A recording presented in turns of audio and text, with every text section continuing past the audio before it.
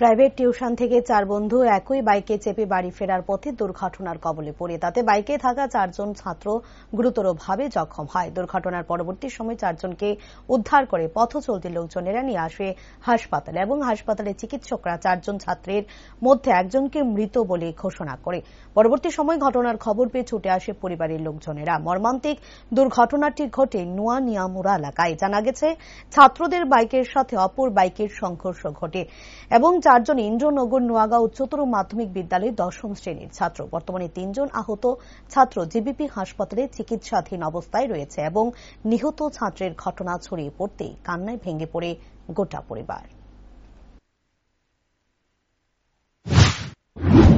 সকাল 8টা নাগাদ আমাদের দুজন থানাধীন গ্যাসবটলি এলাকায় দুটি বাইকের সংঘর্ষ হয়, মুখোমুখি সংঘর্ষ হয়। একটা বাইকে 3 জন ছিল, আর একটা বাইকে 2 জন ছিল। যে বাইকে 3 জন ছিল, ওই বাইকের যে মধ্যে বসেছিল সে প্রচন্ড আঘাতপ্রাপ্ত হয় এবং জীবিকা আনার পথে সে মারা যায়।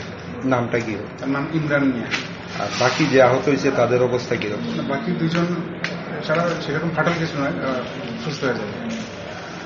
যে বাইকটি দুর্ঘটনা হয়েছে এই বাইকটি বর্তমানে কোথায়? বর্তমানে আমরা থানা নিয়েছি বাইকটি।